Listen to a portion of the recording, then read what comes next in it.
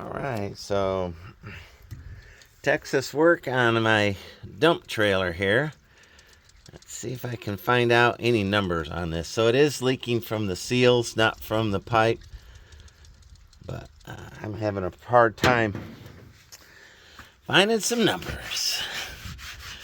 I think I see writing on it, but every time I scratch through a layer of dirt, it turns out it's not writing. I'm hoping Google image search will help me find this. I am more inclined to buy a new ram than I am to buy seals and try to fix it. Got it propped up a couple of places there. Got the fork truck under for safety. Look at the little bird's nest I found. There's eggs in there, guys. See the eggs? Little sparrow. All right.